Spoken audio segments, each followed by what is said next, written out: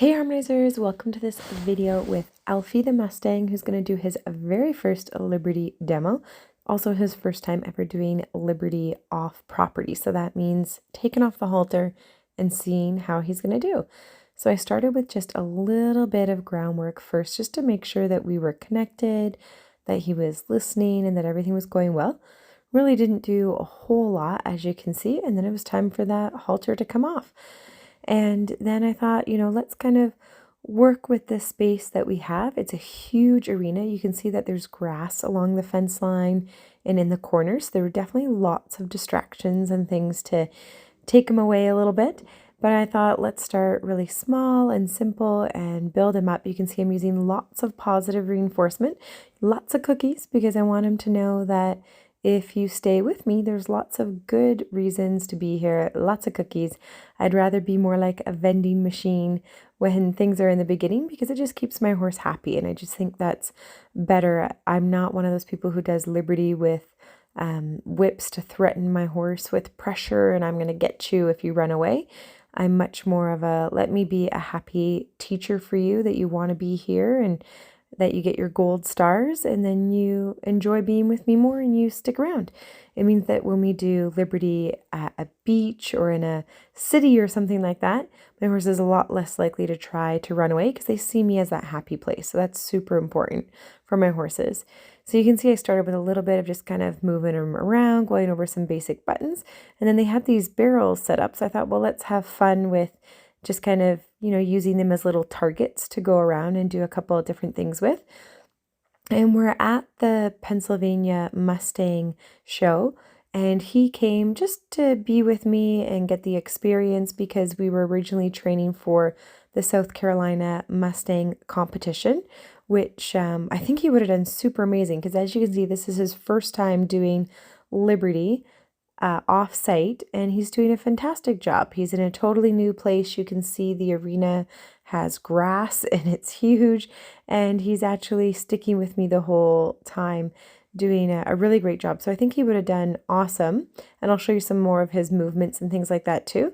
And you can see we're building up a lot of distance too, and he always comes back and finds me, which is super awesome. So I think he would have done really well in South Carolina at his Mustang Tip Challenge. But unfortunately, I had the accident that fractured my skull and meant that I was not allowed to be around horses for quite a while, because my skull was just super, super fragile and still is slow healing. So I still have a ways to go. But you can see even like here where he gets a tiny bit distracted, it's not that hard to get him back. And it's not even that he thinks, oh, like Lindsay's awful, I'm going to go and do something else. He's a horse. So sometimes he can get distracted. So we're working on that focus. And one of the things when I do things with horses that are at Liberty, I try to keep my Liberty sessions relatively short and engaging, because I'm just trying to build that up. You can see his sideways going super beautiful there. So we're literally going from like one thing to the next, so that way I'm not causing him to get really bored. And it's always a fine balance of figuring out, do they need a pause to stand still and have a moment? Like there, he got a little distracted for a second. And I said, okay, like, come on, let's go this way. And part of this, demo is practicing our Liberty off-site for the first time, but it's also me experimenting with different things. Like there's a ground tie where I ask him to stand still while I walk around him, and he didn't go anywhere, so that's great. And then now I'm repositioning and asking him to do a little backup. And he did that really nicely too. So as I'm doing all of this, I'm also figuring out, okay, if we were going to do a freestyle and do some of this Liberty, what are the things that you're really good at, and what are some of the things that you struggle with a little bit? So here you can see him picking up all 4 feet. And he actually stands really nicely for that. He doesn't try to go anywhere, looks at me, checks me out. But I move around the feet pretty nicely, and he's really chill about that, which is also a skill that you need in your handling class, usually is picking up your feet. We didn't do it in this particular Mustang show when I was doing pretzel. There was no picking up the feet. Instead, they had like a round pen task to let your horse loose in the round pen, which was kind of neat.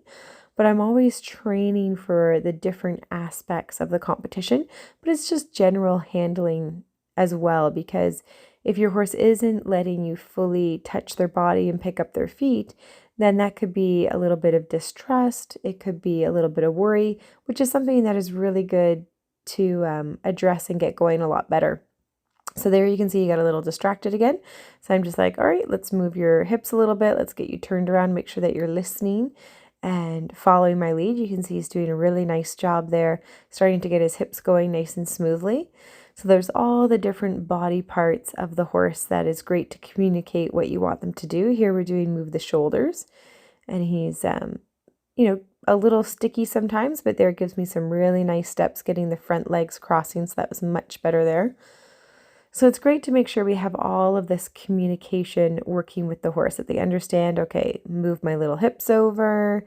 That's where the pressure is and how to move away from that pressure, and moving the shoulders. So I'm still using positive reinforcement where he gets the rewards and the cookies, but by using my hands on him and teaching him to move away from the pressure, it helps him understand what I'm trying to communicate. That's a big part of our language that we're doing. Part of it is my body language, but a big part of it is understanding that you follow the feel, you follow the little bit of pressure, so you understand what it is that I'm trying to ask. So here, just leading him with a little bit of that cheek hold. So I cut out a little bit of the middle section just because it gets a little repetitive. Didn't want it to be too boring for you guys.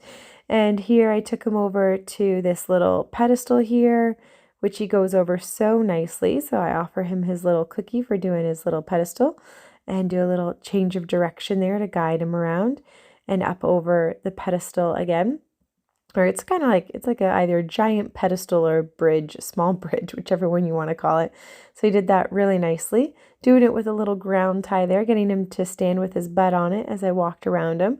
So he did really nicely, being patient there.